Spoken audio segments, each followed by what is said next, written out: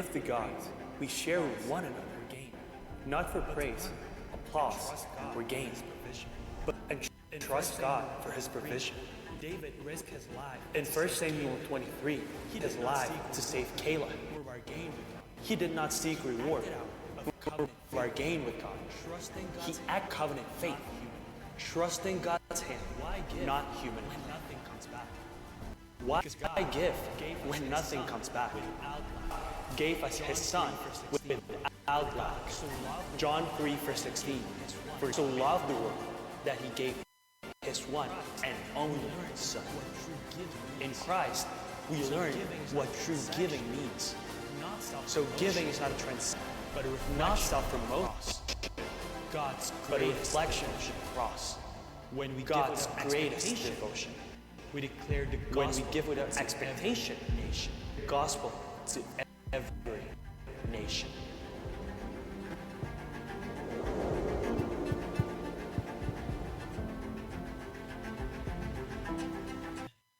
Mungkin kalau di belakang ada lampu bisa dinyalakan semua karena saya mau lihat wajah-wajahnya. Lampu nyalakan saja kalau lagi firman. Firman nggak apa-apa, nggak usah gelap. Kalau lagi firman tuh. Nanti yang Mau baca Alkitab harus bisa baca dengan baik ketika firman Tuhan diberitakan. Shalom semuanya. Saya sungguh senang bisa berada di sini karena udah lama sekali saya nggak ke Batam, mungkin lebih dari 12 tahun. Terakhir kali lewat mungkin hanya sekedar lewat dari airport menuju pelabuhan langsung ke Singapura. Tapi hari ini saya gembira bisa di sini. Saya di sini untuk menindaklanjuti beberapa hal dari meeting kemarin dari Kepulauan Riau, meeting sama-sama dengan Regional Director yang baru, Pastor Budi Hidayat ada di sini bersama-sama dengan Anda pemimpin-pemimpin dan juga teman-teman dari FGF Singapore. Mereka retreat di sini. Jadi saya juga bersama dengan mereka. Tapi hari Minggu adalah hari di mana saya kalau di mana ada gereja FGF di situ, saya pasti mau beribadah di situ. Mau khotbah atau tidak nggak masalah, yang penting ada di rumah Tuhan. Bersama-sama dengan Anda semuanya sungguh merupakan sukacita. Saya di sini dengan istri saya, Naf, bisa bangkit berdiri. Kami menikah 26 tahun, sudahan. Dan kami punya 3 orang anak, 2 sudah kerja, satu kerja yang paling sulung di Jakarta, kemudian yang kedua dia di Amerika lagi kerja juga, dan kemudian yang ketiga anak saya lagi sekolah kitab di Portal Bible College. Jadi kami tinggal berdua di rumah, anak-anak semuanya sudah keluar dari rumah, dan saya senang bisa hari ini bersama dengan Anda. Salam juga dari jemaat di Bandung, ada beberapa yang mungkin Anda kenal yang sekarang sudah tinggal di sana. Dan sungguh merupakan kesempatan besar bisa saya ada di tempat ini. Baik, hari ini saya mau berbicara tentang satu hal yang menarik dalam firman Tuhan. Dan di dalam tema kita bulanan, bulan ini kita ngomong tentang not keeping score. Atau tidak hitung-hitungan. Atau tidak menyimpan kesalahan. Atau tidak menyimpan siapa yang kalah, siapa yang di dalam firman ini. Dan di dalam firman Tuhan ada sebuah narasi dalam Alkitab bahwa Daud dia tidak, karena sepanjang daripada pemberitaan kita di tahun ini sebetulnya berasal dari 1 Samuel, 2 Samuel. Dan di situ Daud tidak menyimpan kesalahan daripada Saul. Dia tidak menyimpan kesalahan daripada orang yang membenci dia. Dan kemudian ketika ada kesempatan untuk Daud membalas, keeping score, dia bisa melakukan apapun yang jahat kepada Saul, tapi dia tidak lakukan. Karena dia bilang bahwa Saul adalah orang urapan Tuhan dan dia tidak mau untuk menyentuh daripada orang urapan. Dan hari ini saya mau bicara tentang the pearl of great price, sebuah mutiara yang indah di dalam kehidupan kita, sebuah mutiara yang Tuhan taruh dalam kehidupan Anda dan saya. Dan hari ini kita mau belajar tentang sebuah nilai. Skor bukan hanya berarti angka, siapa yang kalah, siapa yang menang, tapi seringkali yang namanya skor itu bicara tentang nilai di dalam kehidupan kita.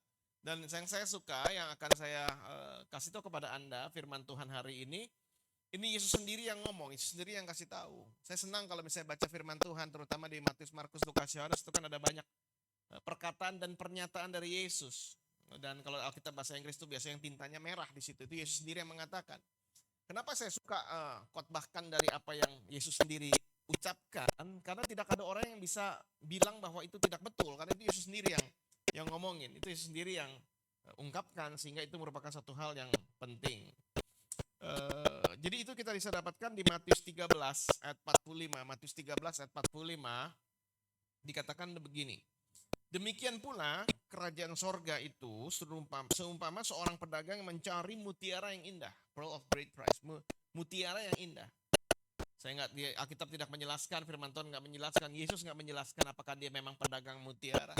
Firman Tuhan nggak menjelaskan bahwa apakah dia mungkin mau memberikan sebagai kado, sebagai hadiah untuk istrinya, untuk anaknya, untuk orang yang dia kasih. Nggak ada yang ngomong mengapa, tetapi firman Tuhan juga cuma mengatakan bahwa dia mencari mutiara yang bernilai, Mutiara indah dikatakan. dalam bahasa aslinya dikatakan the pearl of value atau mutiara yang penuh dengan nilai. di situ. Jadi intinya bukannya apanya yang sedang dia cari atau untuk siapa, tetapi dia sedang mencari sesuatu yang bernilai. Dan kemudian ayat 46 langsung dikasih tahu konklusinya. Konklusinya singkat sekali, dikatakan bahwa setelah ditemukan mutiara yang sangat berharga, pearl of great price, sangat bernilai, mutiara yang dia tidak ketemu ada duanya, maka ia pun pergi menjual seluruh miliknya, lalu membeli mutiara itu. Artinya dia nggak hitung-hitungan, dia nggak keeping score, dia nggak hitung-hitungan, dia menjual seluruh yang dia miliki untuk membeli mutiara itu. Jadi saya rasa itu adalah satu hal yang Tuhan mau ajarkan dalam kehidupan kita semuanya. Kalau memang itu bernilai, kita harus berani bayar harga untuk mendapatkannya. Kalau memang menurut Anda keluargamu bernilai, harga berapapun harus kita bayarkan supaya keluarga kita menjadi terus utuh. Supaya keluarga kita menjadi terus lengkap, supaya keluarga kita terus-menerus menjadi keluarga yang memuliakan Tuhan. Kalau Anda menganggap panggilan Tuhan itu penting, panggilan Tuhan itu bernilai, Anda harus berani bayar harga supaya menjaga panggilan itu dalam kehidupan kita. Kalau Anda menganggap bahwa hubungan antara orang tua dengan anak itu merupakan sesuatu yang bernilai, kita harus lakukan apapun supaya hubungan itu terus ada di dalam kehidupan kita semuanya. Jadi katakan bahwa dia nggak hitung-hitungan, dia menjual segala sesuatu yang dia punya untuk mendapatkan mutiara itu. Kemarin saya ngomong tentang investasi di teman-teman di FJF Singapura. Dan seringkali orang percaya kita maunya berdoa minta buah dari Tuhan. Kita minta pohon yang besar, pohon yang subur, pohon yang mantap, sehingga buahnya banyak. Tetapi kalau dalam firman Tuhan seringkali kita nggak menyadari bahwa Tuhan jarang sekali memberikan kepada manusia itu pohon. Bahkan tidak pernah dalam kehidupan, dalam firman Tuhan ditulis bahwa Tuhan itu memberikan uang tunai, itu nggak pernah. Seringkali kita berdoa, kita mengharapkan pohon. Tetapi kita seringkali lupa bahwa Tuhan memberikan kepada kita itu benih. Benih itu kecil, benih itu nggak signifikan kelihatannya, benih itu kelihatannya nggak penting sama sekali. Dan benih itu kalau mau berbuah dia harus nggak kelihatan dulu. Tapi itulah investasi, sesuatu hal yang harus ditanam dulu dan kemudian dirawat dan kemudian mungkin diairi, kemudian dipupuk dan kemudian kalau di Bandung ada salah satu jemaat dia nanam durian di mana-mana dia tanam durian. Dan dia bilang 4-5 tahun pertama itu tidak ada hasil yang baik yang bisa didapatkan. Artinya investasi terus dia. Dia kasih pupuk, dia kasih air, dan kemudian lama-lama bertumbuh, dan kemudian berkembang, dan kemudian pada akhirnya ada buah. Jadi dalam kehidupan Anda dan saya, seringkali orang hanya mau buahnya, tetapi tidak mau mengerjakannya.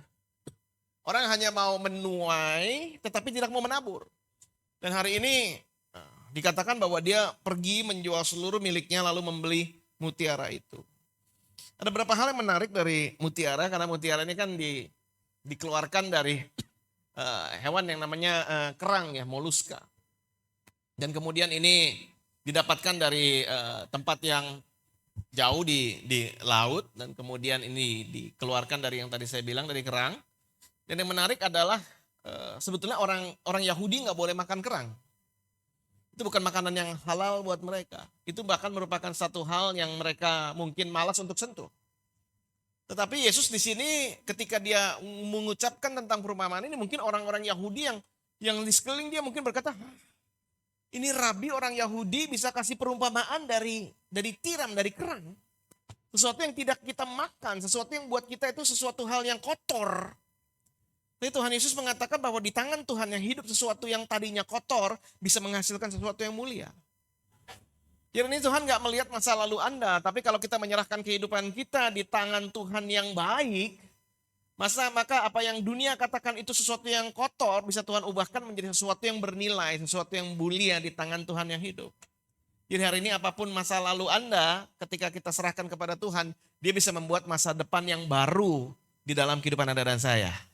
Katakan ke kiri kanan, masa depanmu lebih baik daripada masa lalumu. Katakan itu saudara.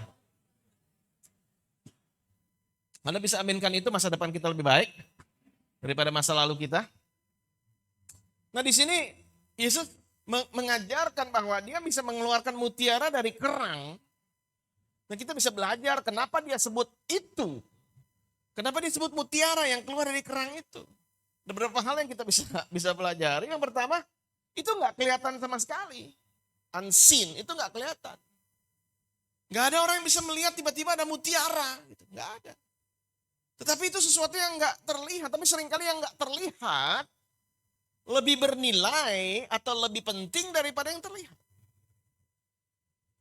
Kita bisa kumpul di ruangan ini dengan aman, dengan tenang. Kenapa?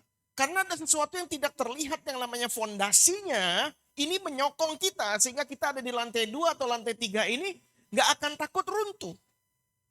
Kenapa? Karena tiang ini akan menyambung dengan sesuatu yang sangat dalam di bawah yang nggak terlihat. Dan kalau yang di bawah itu tidak ada, tidak mungkin kita ada di sini hari ini bisa beribadah. Demikian juga banyak hal, seringkali orang melihat apa yang di luar, seringkali orang melihat hanya apa yang menyenangkan, seringkali bahkan di zaman multimedia ini kita hanya melihat yang bagus-bagusnya saja. Kalau kita melihat misalnya Instagram orang lain atau Facebooknya orang lain, oh dia makan di situ, dia pergi ke situ, dia jalan-jalan ke situ. Kita pikir bahwa oh kehidupan orang lain menyenangkan.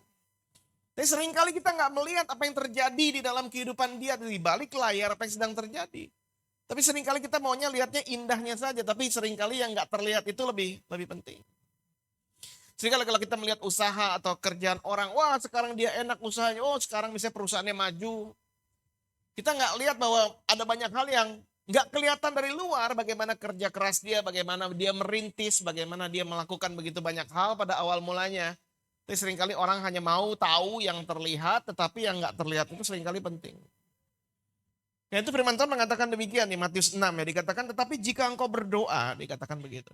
Di Matius 6 mengatakan bahwa kalau kamu lagi doa, kalau kamu lagi sembahyang, masuklah ke dalam kamarmu, tutuplah pintu, dan berdoalah kepada Bapakmu yang ada di tempat tersembunyi. Di sini Yesus bukan menekankan, oh kalau doa harus tutup pintu, harus terkunci, harus orang lain gak lihat, gak gitu. Kan tadi kan juga diundang untuk prayer meeting, berarti kan di depan semua orang. Tetapi inti daripada apa yang Yesus katakan ini adalah ini. Dikatakan maka Bapakmu yang melihat yang tersembunyi akan membalasnya kepadamu. Jadi dalam firman Tuhan kita melihat ada sesuatu yang lebih penting daripada yang terlihat di luar. Kalau orang mungkin pada zaman Yesus dia melihat Yesus itu hebat banget bisa kasih makan 5.000 orang. Dan kemudian dia bisa menyembuhkan orang buta, dia bisa menyembuhkan orang lumpuh. Tapi orang banyak gak ngeliat. Firman Tuhan mencatat berkali-kali dan pagi-pagi benar Yesus pergi ke tempat yang sunyi untuk berdoa. Dikatakan begitu. Orang cuma mau lihatnya mujizat, orang cuma mau lihatnya apa yang Yesus lakukan multiplikasi. Tapi orang gak melihat yang tersembunyi. Saya mau hari ini mungkin memberikan kepada kita sebuah peringatan bahwa hey, apa yang di dalam Anda lebih penting daripada apa yang di luar Anda. Dan apa yang nantinya akan terlihat keluar merupakan refleksi daripada apa yang terjadi di dalam. Demikian lama. Manusia terdiri dari tubuh, jiwa, dan roh. Dan roh kita itu punya kuasa yang besar. Roh kita lebih penting daripada jiwa kita. Jiwa kita ini akan bisa mengatur tubuh kita. Karena itu kita di dalam discipleship journey ada namanya spiritual formation. Bagaimana kita bisa mengatur dan mengukur mana yang paling penting dalam kehidupan Anda dan saya. Di situ ternyata kerang mutiara itu di tempat yang tersembunyi, tetapi ternyata ketika dibuka, ketika diolah, maka bisa menjadi sesuatu yang sangat bernilai. Nggak kelihatan. Ketika Bandung, kami waktu itu kita pindah tempat 12 kali. Dalam waktu mungkin dalam waktu mungkin 20 tahun, hampir 20 tahun. Kita pindah dari hotel ke hotel, kita pindah dari satu tempat ke tempat yang lain. Tahun 2000 kami harus mengalami hal yang tidak enak dan kemudian harus pindah. Saya waktu itu baru pulang ke Indonesia. Mengalami hal yang gak enak dan kemudian pindah dari hotel ke hotel. Dan kemudian kami mengalami pada suatu kali hari Minggu kami sedang tengah beribadah di sebuah hotel, saya gak usah sebut apa. Dan kemudian hari Kamis saya ditelepon dan bilang hari Minggu ini kamu gak bisa pakai lagi tempat ini. Oh ya, kenapa gak bisa pakai lagi hari Minggu itu? Dia bilang oh karena ada gereja lain yang mau bayar lebih besar. Dan kita renew kontraknya gak bisa per tahun, waktu itu kita perpanjangnya tiap bulan. Sehingga memang cukup sulit untuk mendapatkan tempat ibadah di Bandung. Dan kemudian cari kemana-mana, tentu saja nggak ada gereja yang mau merelakan jam 10 pagi untuk dipakai sama gereja lain, nggak mungkin. Sehingga waktu itu ada yang hari Kamis, hari Minggu kan harus ada ibadah. Sehingga hanya satu tempat yang menerima kami, tapi itu sebuah pub, sebuah diskotik. Terima kami hari Minggu itu. Ya terpaksa nggak ada tempat lain, sehingga hari Minggu itu kami harus ibadahnya di diskotik. Kalau di sini kan kita datang tadi asyirnya ramah-ramah ya, Shalom, Happy Sunday. Tapi waktu itu saya ingat kita datang ke tempat itu ibadah, tulisannya besar banget, Welcome to Marlboro Land, katanya Marlboro Land. Kita datang di situ, kita ibadah jam 9 pada waktu itu dan kemudian kita datang dari jam berapa? Setengah 7 mungkin untuk bersihin banyak kotoran orang. Muntahnya orang, sorry ngomongnya. Karena itu kan baru malam Minggu kan. Mereka mungkin baru pesta keluar dari tempat itu mungkin jam 5 pagi dan kita datang dan kemudian kami bersihkan. Saya ingat kita bawa pewangi ruangan 3 kaleng pun ketika disemprot wangi, tapi wanginya hanya 2 menit dan kemudian bau rokoknya muncul lagi. Karena semalaman mungkin orang merokok di situ. Sehingga itu yang terjadi. Dan kemudian berapa bulan kami tempat itu sampai menemukan sebuah tempat yang lain, kami pindah ke satu tempat dan kemudian pindah ke tempat yang lain. Dan kemudian pada akhirnya sekarang Tuhan izinkan kami pakai tempat yang permanen. Tapi saya katakan demikian ya, bahwa tidak mungkin Tuhan percayakan sesuatu yang lebih besar kalau kita nggak pernah mengalami beberapa kejadian mungkin yang membentuk kita. Seringkali orang melihat, wah sekarang udah enak, oh sekarang udah tapi orang nggak ngelihat bahwa betapa banyak perjuangan yang terjadi di awal-awalnya. Saya berdoa Anda hari ini Anda nggak selalu tanya Tuhan, mengapa Tuhan saya boleh mengalami ini? Mengapa Tuhan saya boleh mengalami itu? Orang nggak ada yang lihat keresahan saya, orang nggak ada yang lihat kesedihan saya. Tapi Tuhan akan buktikan, suatu hari nanti kita akan bisa menengok ke belakang dan berkata, kecaplah dan lihatlah betapa baiknya Tuhan itu.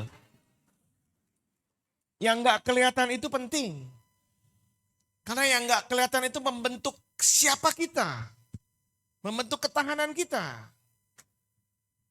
Nggak ada orang bisa tiba-tiba jadi pengusaha besar kalau dia nggak pernah mengalami kegagalan-kegagalan yang menyakitkan di dalam kehidupan ini. Jadi yang pertama tidak terlihat. Jangan selalu maunya terlihat. Karena yang nggak terlihat itu seringkali jauh lebih penting dibanding yang terlihat. Tapi kita hidup di dalam sebuah budaya dunia yang penting terlihat. Gitu. Seringkali yang fundamental, yang foundational, yang betul-betul mendasar itu jauh lebih penting. Yang kedua, yang namanya mutiara itu tidak bisa terbentuk sebetulnya. Sekarang zaman modern ada yang ditambak dan di mana. Sebetulnya mutiara yang paling baik adalah yang di air yang asin sebetulnya. Salted water, form in salt water, sebenarnya di air yang asin. Ada reaksi kimia yang terjadi dengan garam, dengan segala macam senyawa yang ada di dalam tubuh daripada tiram atau kerang itu sendiri. Dan kemudian ada pasir dan kotoran yang masuk. Tapi justru kotoran yang masuk itu ketika kemudian bereaksi dengan segala macam reaksi kimia yang ada dalam tubuh kerang dan tiram itu membentuk yang namanya mutiara. Tapi justru di air yang bergaram itu menghasilkan sesuatu yang sangat bernilai. Nah ketika saya mempersiapkan firman ini saya mulai berpikir, apa ya yang firman Tuhan katakan tentang garam? Nah, ternyata Yesus sendiri kan mengatakan bahwa kamu adalah garam dunia. Kalau garam itu menjadi tawar, dia nggak akan ada gunanya lagi. Dengan apakah dia diasinkan dikatakan. Dan kemudian bukan hanya kamu ini harus jadi garam. Artinya apa sih jadi garam? Garam itu kan bisa untuk mengawetkan. Zaman dulu garam itu bisa untuk antiseptik dan sebagainya. Oke. Tetapi ternyata ada beberapa hal yang Paulus jelaskan kepada gereja. Apa itu garam? Dan bagaimana kita bisa hidup dalam berjemaat. Jemaat di sini bisa mengeluarkan sebuah mutiara yang indah. Kalau jemaat di sini digarami. Atau hidupnya bergaram. Di Kolose 4 ayat 6 mengatakan begini, hendaklah kata-katamu senantiasa penuh kasih. Jangan hambar.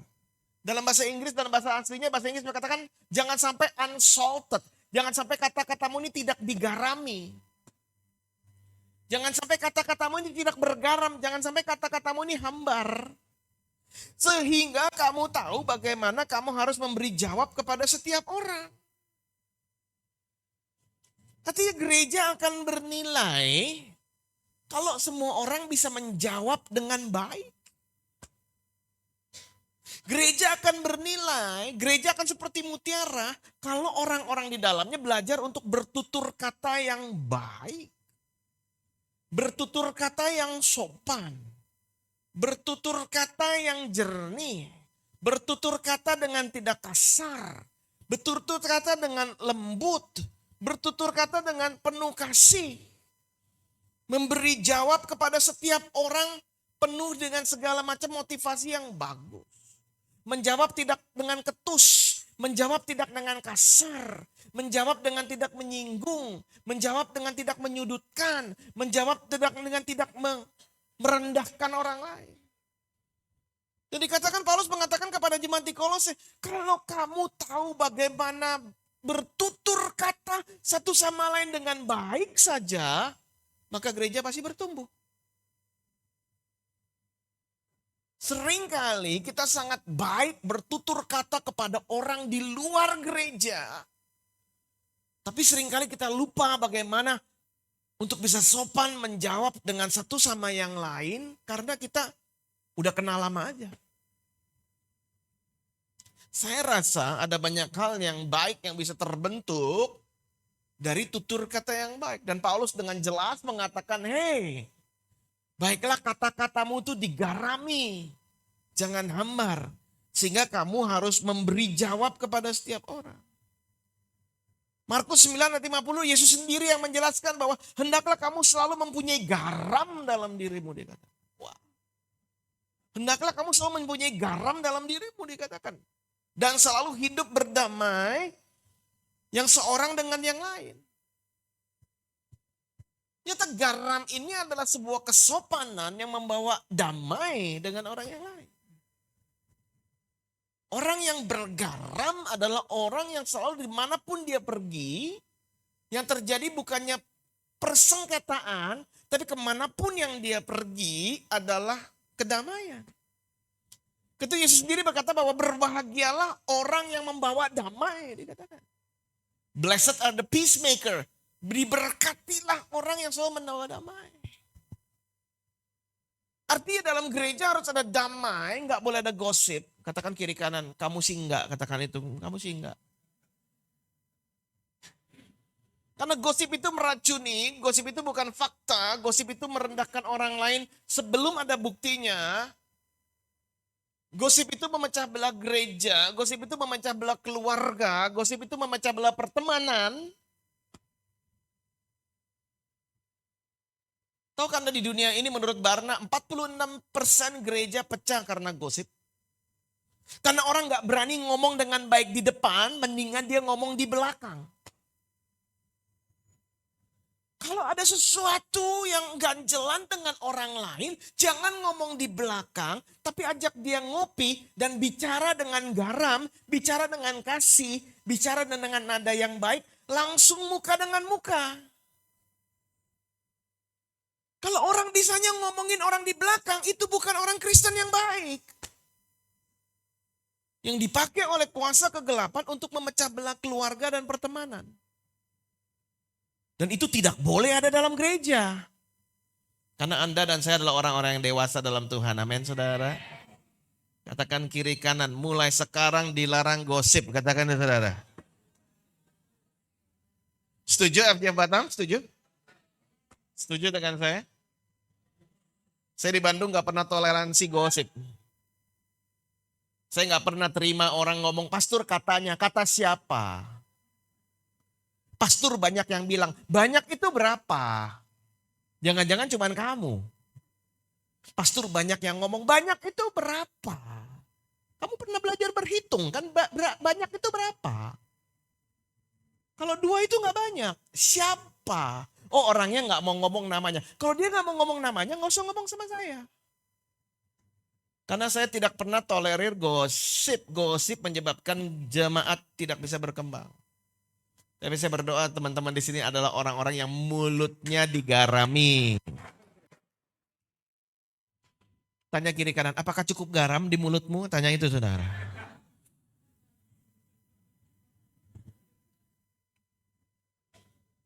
Harus penuh dengan senyum.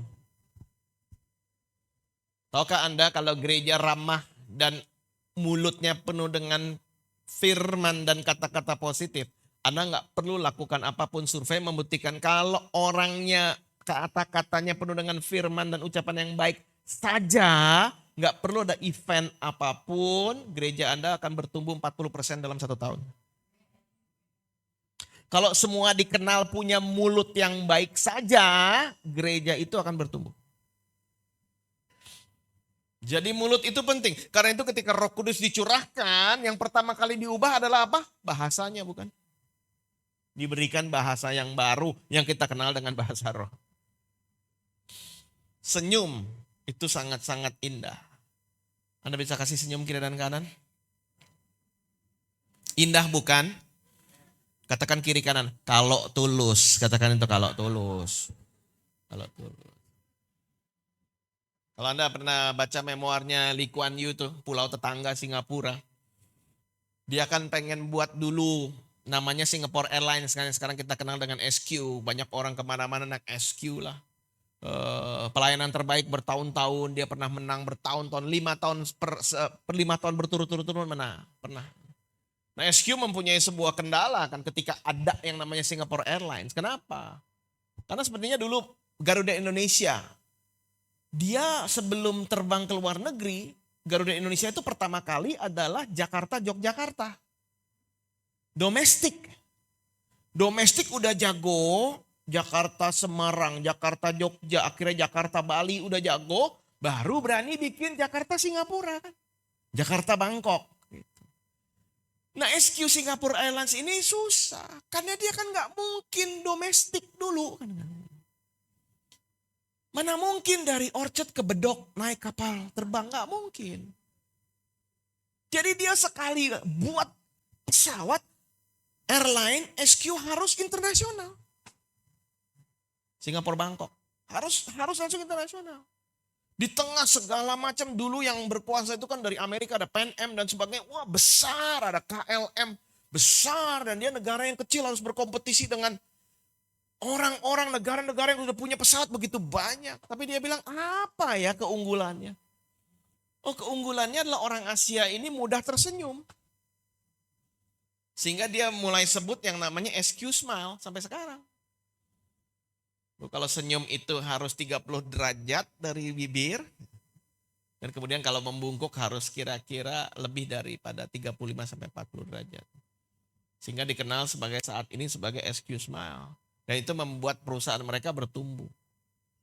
Yang saya mau bilang gini, kalau perusahaan yang non Alkitabiah aja ngerti prinsip ini, seharusnya gereja Tuhan lebih ngerti ini karena ini semuanya ada dalam firman Tuhan. Dalam kehidupan Anda dan saya. Pertengkaran dalam rumah tangga ada banyak yang bisa diminimalisir karena masing-masing tahu bagaimana caranya bertutur kata dengan baik. Yang ketiga adalah it's unique unity. Satu kesatuan yang tidak bisa dijelaskan. Banyak mutiara yang palsu tetapi mutiara yang asli hanya bisa dihasilkan oleh alam yang saintis aja susah untuk menjelaskan bahwa mutiara ini dari bahan yang berbeda-beda bisa punya satu kesatuan yang unik. Setiap mutiara itu satu. Dari bahan yang berbeda-beda tetapi dari luar mutiara sampai ke dalamnya itu satu. Bahan senyawanya. Sehingga itu merupakan satu hal yang Yesus sendiri ucapkan bahwa hei, kamu yang di luar sama yang di dalam ini harus satu. Apa yang terlihat di luar, cangkang dari mutiaranya ini lapisan yang terluar dengan yang di dalam harus sama. Tindak tanduk Anda di luar rumah dan di dalam rumah harus sama. Tindak tanduk Anda, perkataan Anda di luar gereja, di dalam gereja harus sama. Unity, nggak bisa beda. Kalau di rumah perlakuannya negatif, begitu ketemu orang, shalom. Nggak bisa. Yesus mengatakan mutiara yang indah itu sama. Bukan hanya terlihat baik, tetapi sungguh-sungguh baik.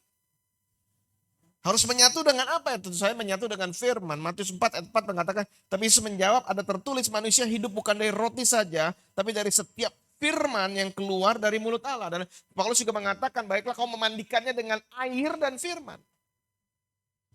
Jadi gimana mau jaga orang bersih? Di luar dan dalam sama adalah firman Tuhan. Dan kemudian ada juga yang mengatakan bahwa iman timbul dari pendengaran akan firman Allah. Dikatakan. Jadi gimana caranya kita menjadi orang yang menyatu di dalam rumah, di luar rumah sama. Adalah ketika kita izinkan firman itu untuk mencuci kita. Sehingga kita menjadi orang yang punya unity. Kita nggak menjadi orang yang kelakuannya beda, nilainya beda di dalam rumah dan di luar rumah, di dalam pekerjaan, di luar pekerjaan. Kita menjadi orang yang punya nilai yang sama. Unity dengan apa? Unity dengan firman. Yang keempat, dia harus dirawat. Dia harus dirawat. Mutiara itu harus dirawat. Kalau sudah jadi perhiasan, mutiara itu harus dirawat. Dan mutiara itu nggak boleh kena beberapa hal. Contoh misalnya kalau mutiara itu kena wine, kena anggur, maka dia akan menempel warna anggur itu di mutiara itu dan tidak bisa lagi dibersihkan. Jadi kalau mutiara yang indah ini, yang bernilai ini, sudah pasti yang membelinya ini akan merawatnya dengan baik. Karena dia mau terus-menerus menjaga nilai daripada mutiara itu. Demikian juga dengan panggilan Tuhan dalam kehidupan kita, bukan harus dirawat. Demikian juga dengan pernikahan kita, itu pun harus dirawat. Dalam kehidupan Anda dan saya. Demikian juga dengan pelayanan kita harus dirawat. Demikian juga dengan eye care kita harus dirawat. Demikian juga dengan gereja Tuhan harus dirawat. Kenapa? Karena memang mutiara yang indah itu harus dirawat. Pengkhotbah 11 ayat 6 mengatakan gini, taburkanlah benihmu pagi-pagi hari. Dan jangan memberi istirahat kepada tanganmu pada petang hari. Karena engkau nggak tahu apakah ini atau itu akan berhasil atau dua-duanya sama-sama baik. Kembali yang tadi saya katakan firman Allah, Yesus sendiri menjelaskan tentang benih. Lukas 8 ayat 11 mengatakan inilah arti perumpamaan itu, benih itu adalah firman Allah. Si kerang itu merawat segala macam yang masuk dalam kehidupannya, dirawat sama dia untuk menjadi mutiara yang baik. Dia merawat segala sesuatu yang ada dalam badan dia untuk mengeluarkan sesuatu yang bernilai. Demikian juga ketika kita punya panggilan Tuhan dalam kehidupan kita, bukan hanya kita dapatkan tapi harus dirawat. Panggilan Tuhan gak akan kemana-mana kalau kita gak rawat. Di sini saya lihat banyak orang muda berkata bahwa, oh saya mau dipakai Tuhan. Iya, kamu mau dipakai Tuhan. Sudah pernah belajar Alkitab atau belum? Harus dirawat panggilan itu. Oh saya mau menciptakan lagu, sudah pernah belajar belum dengan orang yang menciptakan lagu? Segala panggilan kita harus dirawat. Dengan anak-anak kita harus rawat. Dengan gereja juga harus dirawat. Di tempat sekarang kami ada ibadah, ada 4 lantai lebih di situ. Dan kemudian ada jendela dan kemudian ada kisi-kisi dan sebagainya. Anda tahu bahwa merawat ini kan tidak mudah ya, merawat ini tidak mudah. Dan kemudian ada sebuah celah atau celah kecil lah di semen di lantai 3. Namanya bangunan kan ya. Maksudnya pasti akan ada celah atau pasti akan ada retak. Dan retak itu karena kita tinggal di negara tropis, celah itu akan tumbuh mungkin lumut dan dari lumut itu akan mulai tumbuh tumbuhan yang lain. Dan kalau kita nggak hati-hati nanti akan mengakar, nanti akan bisa bikin bocor, akan sebagainya gitu. Anda ngerti lah. Rumah kita juga ada lumut, rumah kita ada mulai tumbuhan mulai besar, makin lama kan bisa merusak dinding dan sebagainya, nanti lebih mahal lagi. Sehingga kemudian saya ngelihat dari bawah ada itu, ada tumbuhan itu. Kemudian saya panggil orang yang mengurus gedung dan kemudian saya lihat tuh ada tumbuhan yang keluar. Dia bilang, mana pastor? Itu tuh. Dia nggak bisa kelihatan. Padahal masih muda, padahal nggak pakai kacamata. Tuh. Yang mana pastor? Itu. Saya nggak lihat. Dia bilang, saya bisa lihat. Kamu harusnya bisa lihat. Saya nggak lihat. Oke, saya ajak dia sampai ke lantai 3, dekat dengan jendela itu. Tuh. Oh, ini. Kan kecil pastor. Iya. Kalau kamu nggak korek, kalau kamu nggak hilangkan, kalau semennya kamu nggak kembali tambal, tahun depan ini akan menjadi semak yang besar. Dan kalau itu sudah terjadi, harganya sangat mahal. Demikian juga dengan yang terjadi dalam hidup Anda dan saya. Kita harus sungguh-sungguh memperhatikan, kita harus sungguh-sungguh merawat, kita harus merawat hati kita. Karena kalau kita izinkan ada benih lalang yang masuk, itu akan menjadi sangat mahal sekali. Dalam kehidupan kita semuanya. Katakan kiri kanan, rawat hatimu. Katakan itu saudara, rawat hati Anda. Yang kelima, kerang ini mempunyai musuh yang banyak di lautan. Terutama sejenis kepiting yang bisa membuka kulit kerang itu dan memakan isinya. Karena itu mutiara berharga karena banyak sekali musuhnya di lautan, banyak sekali predatornya. Demikian juga dengan Anda dan saya. Iblis selalu mau mencuri, membunuh, membinasakan panggilan Tuhan. Iblis selalu mau mengambil apapun yang bernilai dari hidup kita. Jangan kita izinkan itu terjadi. Firman Tuhan mengatakan di Markus 4 ayat 4 dikatakan pada waktu ia menabur sebagian benih itu jatuh di pinggir jalan. Lalu datanglah burung dan memakannya sampai habis. Segala sesuatu yang tidak dirawat akan berkurang nilainya. Anda tinggal dalam sebuah rumah, Anda tinggalkan rumah itu 6 bulan saja, Anda pulang akan terjadi banyak kerusakan di situ, padahal nggak dirusak. Sesuatu yang dibiarkan pasti mengalami kerusakan. Keluarga yang tidak dipikirkan, yang ditinggalkan, pasti mengalami deteriorasi. Pasti mengalami kemunduran. Panggilan Tuhan, pelayanan, skill, talenta, apapun itu kalau dibiarkan, pasti akan dimakan. Pasti akan berkurang nilainya. Dan saya berdoa hari ini Anda dan saya adalah orang-orang yang mampu menjaga apapun yang baik yang dari Tuhan di dalam nama Yesus. Gak izinkan musuh boleh sentuh. Gak izinkan musuh boleh ambil. Gak izinkan musuh boleh curi. Dalam kehidupan Anda dan saya. Karena kalau Anda diamkan, sudah pasti tercuri. Gak usah diapa-apain. Diam-diamin aja, pasti tercuri. Sebuah ladang yang bagus, diamkan saja 6 bulan. Pasti semak duri sudah ada tuh 6 bulan lagi. Yang keenam yang terakhir, dia menyinarkan cahaya. Dia punya sesuatu seperti fosfor. Yang kalau bahkan lampu tiba-tiba mati, untuk beberapa menit ke depan masih ada cahayanya. Dan cahayanya itu dari dalam keluar. Bukan dari luar ke dalam. Dia bisa menyimpan cahaya dan kemudian dia bisa menyinarkan cahaya. Dan itu yang Yesus maksudkan bahwa Anda dan saya adalah mutiara yang indah itu. Dia izinkan kita menyerap sinar dari dia karena Tuhan adalah terang itu sendiri. Sehingga kita mempunyai cahaya yang cukup dari dalam keluar. Menyinarkan cahaya. Yohanes 8 ayat 12, maka Yesus berkata pula kepada orang banyak katanya, akulah terang dunia. Barang siapa mengikut aku, ia tidak akan berjalan dalam kegelapan, melainkan ia akan mempunyai terang yang hidup. Semua katakan terang yang hidup, 1, 2, 3. Katakan saya punya terang yang hidup. 1, 2, 3. Amin saudara. Mau gelap apapun gak takut, karena firman Tuhan berkatakan, sekalipun aku berjalan dalam lembah kekelaman, aku tidak takut bahaya. Sebab Tuhan yang adalah terang yang hidup itu berjalan bersama dengan Anda dan saya. Anda dan saya punya terang. Dan terang itu membawa kepada kehidupan. Saya undang keyboardis untuk bisa maju ke depan. Dan saya undang Bapak Ibu semua untuk bisa bangkit berdiri. Saya rindu untuk berdoa bersama dengan Anda semuanya di tempat ini. Terima kasih Tuhan. Terima kasih Tuhan. Haleluya, haleluya, haleluya. Terima kasih Bapak, terima kasih Tuhan. Engkau baik, Engkau setia, Engkau hidup dalam setiap kehidupan kami. Engkau dahsyat, Engkau penyembuh kami. Engkau penuh dengan segala kemuliaan. Terima kasih Tuhan, terima kasih ya Tuhan, terima kasih ya Tuhan. Terima kasih ya Bapa. Ku ingin selalu bersekutu. Katakan menikmati.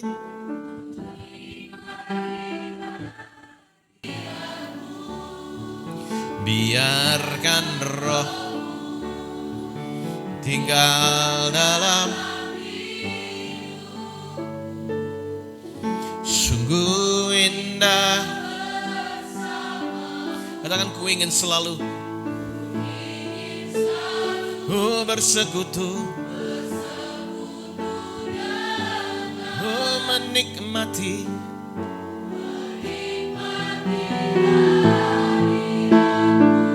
Biarkan rohnya tinggal.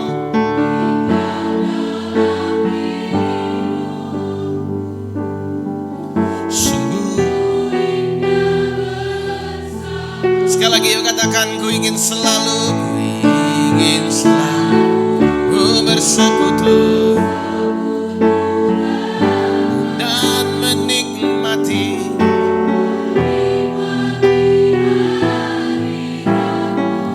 Biarkan tinggal dalam. Katakan sungguh indah. Katakan sungguh indah, sungguh indah. Katakan sungguh indah.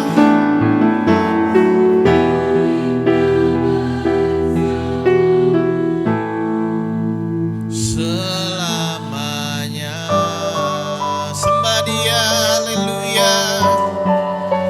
Kau yang bertahta Tuhan, Kau yang termulia.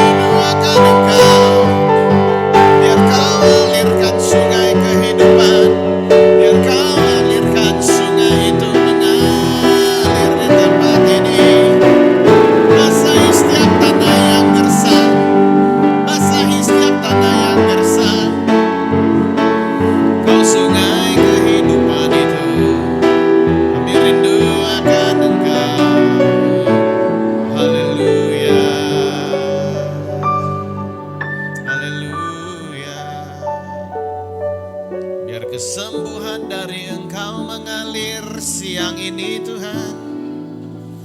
Biar pemulihan dari Engkau mengalir tempat ini. Siang ini landai kami dengan kebaikan-Mu. Landai kami dengan kasih-Mu Tuhan. Kau sembuhkan setiap hati yang terluka. Kau rawat setiap orang di tempat ini Tuhan. Kami rindu akan Engkau, kami mau Engkau menolong kami pagi ini. Izinkan Roh Kudus-Nya menjamah setiap dari Anda di pagi ini, di siang ini. Izinkan Dia mengatakan kepada Anda betapa Dia mengasihi Engkau, Bahwa dia memanggil engkau untuk kembali datang kepada dia. Ku ingin selalu untuk bersekutu dengan engkau Tuhan. Karena di situ bahkan di tempat yang tersembunyi, justru di situ mutiara yang baik terbentuk dalam kehidupan kami semuanya. Sesuatu yang bernilai mulai dikerjakan oleh rohnya di tengah-tengah kehidupan Anda dan saya. Hari ini doanya kita cuma satu. Apakah Anda mengizinkan dia, mengizinkan Roh Kudus, mengizinkan Tuhan Yesus untuk membentuk sesuatu yang bernilai dalam kehidupanmu? Gak bisa otomatis saudara, Anda harus bekerja sama dengan dia. Anda harus bermitra dengan Roh Kudus. Gak ada mutiara bisa terjadi tanpa kerang tersebut bermitra dengan garam itu, bermitra dengan proses itu. Maukah Anda siang ini berkata, Tuhan aku mau bermitra dengan Engkau, sehingga segala sesuatu yang baik bisa diekstraksi keluar dari kehidupanku, yang bisa membawa keindahan bagi dunia ini, yang bisa membawa kemuliaan bagi Tuhan. Maukah Anda hari ini berkata, Tuhan aku mau menghasilkan untuk Engkau, menghasilkan untuk keluargaku, menghasilkan untuk gereja, menghasilkan untuk Batam mutiara yang indah. Aku mau bermitra dengan Engkau. Proses aku Tuhan, kalau memang perlu diproses, aku mau turut serta di dalamnya. Kalau itu Anda bisa angkat tangan Anda di hadapan Tuhan. Ini saya mau bermitra dengan Tuhan. Saya mau dipakai Tuhan. Saya mau menghasilkan sesuatu yang mulia. Tuhan Yesus, ini kami. Dengan mengangkat tangan kami bilang bahwa dengan kemampuan kami enggak bisa. Kami butuh Engkau. Kalau kami prosesnya kami jalani sendirian, kami akan capek, kami akan lelah. Tapi berjalan bersama dengan Engkau, marilah kepadaku yang letih lesu berbeban berat, aku akan memberikan kelegaan kepadamu. Shalom kepadamu. Shalom kepadamu. Shalom kepadamu. Kok bersama dengan Tuhan, meskipun prosesnya banyak, tetapi jauh lebih ringan daripada kami tanggung sendiri. Aku berdoa biar dilepaskan kesembuhan terjadi di tempat ini di dalam nama Tuhan Yesus. Yang datang dengan sakit pulangkan sembuh, yang datang dengan beban berat pulangkan bawa kelegaan.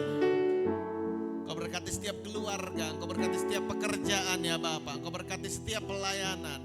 Setiap orang tempat ini terus naik dan tidak turun, jadi kepala bukan jadi ekor.